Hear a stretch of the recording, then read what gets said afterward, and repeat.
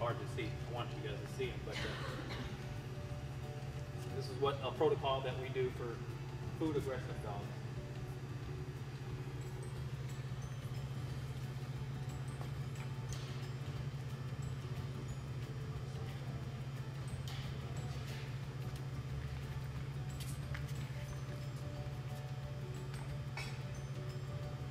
And I'll try not to face him. He's fearful.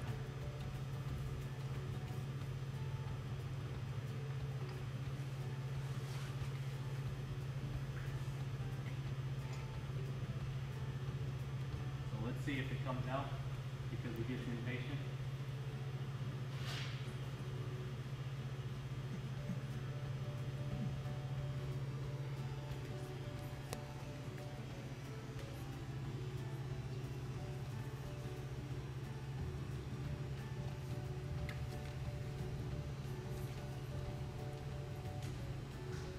Would it make a difference if he's on the pinch or a flat collar?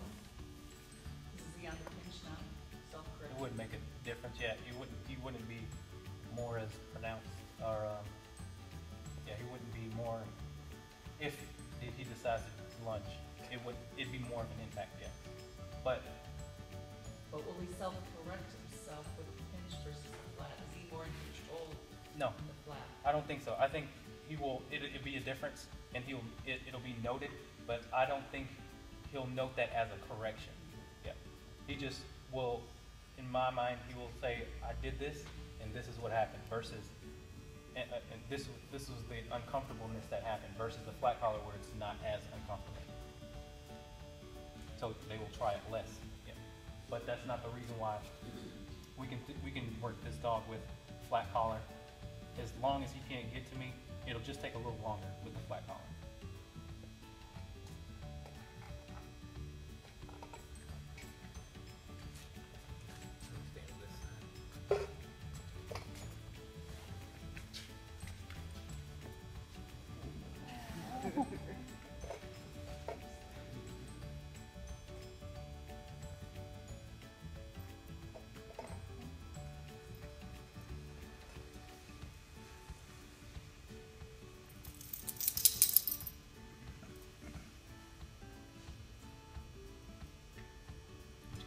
Did you teach him that? What? The paw? The paw? No, he does that on his own. What's he an owner Stray. At some point, yeah. He heals well. He walks in a leash well, so I assume.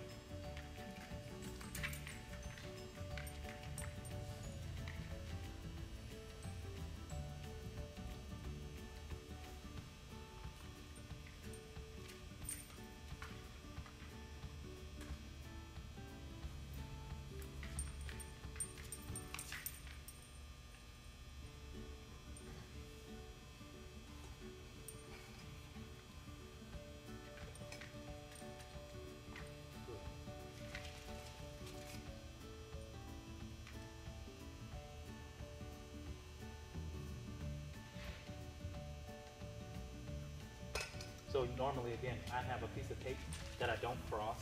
You don't want to cross that threshold. If he decides to lunge, he can't get to you. So marking where that is by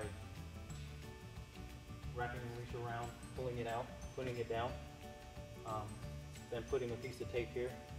You can even do this it works really well for the place command. If you have a dog that gets up and lunges at people walking through the door, whether it's wanting to say hi or aggressiveness, it's a really good protocol for you guys to back tie the dog somewhere. And then once that dog decides to be calm, you can go up and give praise or treats or whatnot. Different protocol. I know some people struggle with the place command where the dog continues to get up, get up, get up, get up, get up. So it's another option for you.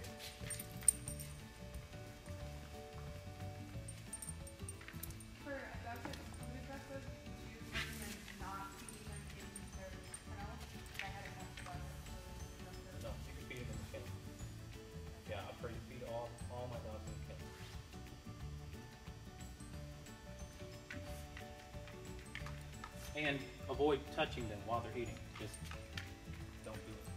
Just let them eat their food. And that's something that the fosters are going to have to, or whoever adopts them is going to have to understand. Just let the dog eat, you know. Too many people expect so much out of their dog sometimes, where, especially a newer dog, let them feel safe first. Then you can start doing whatever, but let the dog eat. Let them feel that you can be safe eating. And then maybe do something else. But trying to build a bomb-proof dog that's just got to you is pretty challenging. And I think that was when he realized I think all he went to do was move the bowl when he was eating. Like kind of the last day he was with Charlie, is when he realized that he got really upset and came at him and lunged. Yeah, so that shouldn't happen. A dog shouldn't do that, but you gotta almost respect a little bit where he came from. Let him feel safe and comfortable first. Start recognizing when he becomes pretentious and pushy and feeling good. Then we can say, but too much too soon will just build more fear. Because then it'll become, when I get the bowl and I, you know, because he's done that, then it creates a whole fear scenario. Because he knows what this means. You gotta give him some time, feel safe, and then start doing certain things. Because then it becomes, hey man, I give you a good place to sleep. You know, you can't do this to me anymore. Yeah. So. And I think the food stuff we're pretty comfortable working on, especially taking it a lot slower, like you said. I think we want to make sure that if somebody comes into our house, we know the correct protocols for at least teaching him how to behave when someone else is in the house. Obviously, we can tell somebody what they need to do if they come over. Right.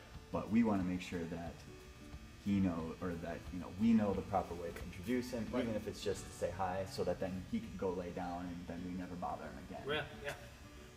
That's perfect. You know, leave it up to him too, to a certain degree. Allow him to interact. Don't say, oh, there's people coming over. Let's go say hi to him. You know, no, let him have that choice that if he wants to interact or not.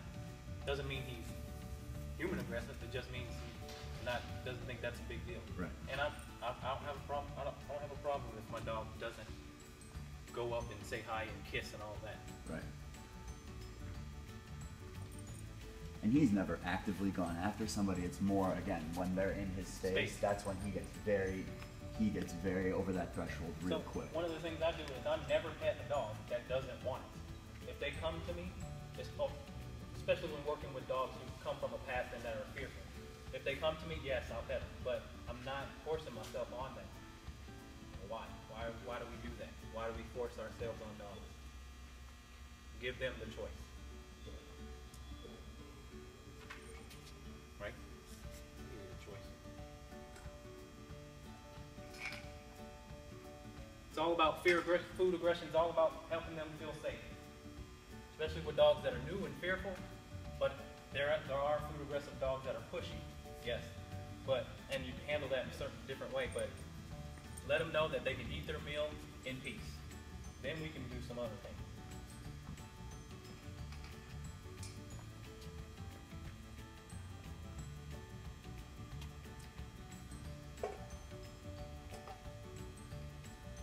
I also had a human aggressive dog, Coleon. You can go check him out on my YouTube channel. Very food aggressive, very crate aggressive. And one of the ways that we approached that was he doesn't eat unless he doesn't growl and bite and try and lunge. And so we fed him during training. He wouldn't get a regular meal at nighttime. But he'd have to come to me and eat out of my hand, a human aggressive dog, eating out of my hand to eat, to actually say, you know, this is what you need to do to survive. You've got to get comfortable with this here. Instead of biting me, instead of lunging at me, get comfortable with me doing this, and you can eat. So just another way to approach food aggression. We tried doing that, and he like ate the first handful, and then he started growling at us. And I think it's just scary because also observe your body language too. When you're doing this, give it to him sideways. You can't bite me. Give it to him sideways, right here, and then go away. Right? Don't do this. This is uncomfortable to a dog that doesn't know you really. So, come this way, sideways. You can't bite me.